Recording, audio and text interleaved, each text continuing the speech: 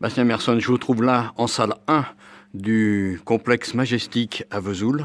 Vous êtes le directeur artistique de ce festival qui fête sa 24e année. Comment ça se passe une programmation de festival? Ouh là là, c'est long. En fait, on travaille en N-2, donc 2 ans avant l'édition où se passera la programmation, on commence à réfléchir. Donc maintenant, nous sommes en 2018, on réfléchit déjà à la 26e édition, celle qui aura lieu en 2020. En très gros, on part toujours sur la même base. Il y aura une compétition de films de fiction, une de documentaire. Après, il y a une section thématique où là, on a déjà les esquisses de celle qui sera dans 2 ans. Il y aura des focus dédiés à des pays ou à des réalisateurs. Où est-ce qu'on va faire son marché, si on peut dire, Ouais. en termes artistiques?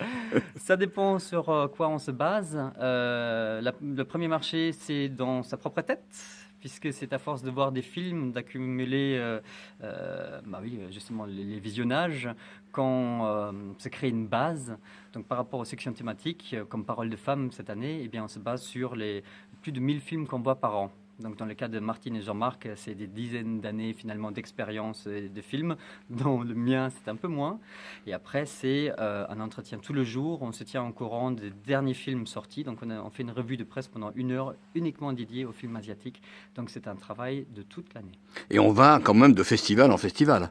Oui, alors pas tant que ça, parce qu'on n'a pas le temps finalement avec tous les préparatifs, mais on fait plusieurs festivals, notamment celui de Busan, c'est le festival de Cannes en Asie, et puis pas mal de festivals où nous sommes invités en tant que juré, donc on découvre toute la programmation asiatique. Qu'est-ce que vous pensez qu'aujourd'hui le cinéma d'Asie a à nous dire, à nous, des Occidentaux? Il y a énormément de choses, mais pas seulement de cinéma d'Asie. Je pense qu'il faut prôner l'ouverture, l'échange, la discussion, apprendre des uns et des autres.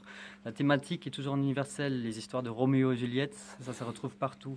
Après, c'est dans des petites différences, justement, qu'on trouve du bonheur. Mais enfin, culturellement, il y a quand même des différences qu'on peut apprécier, justement. Quand on voit le cinéma mongol, il y a des choses qui nous bousculent.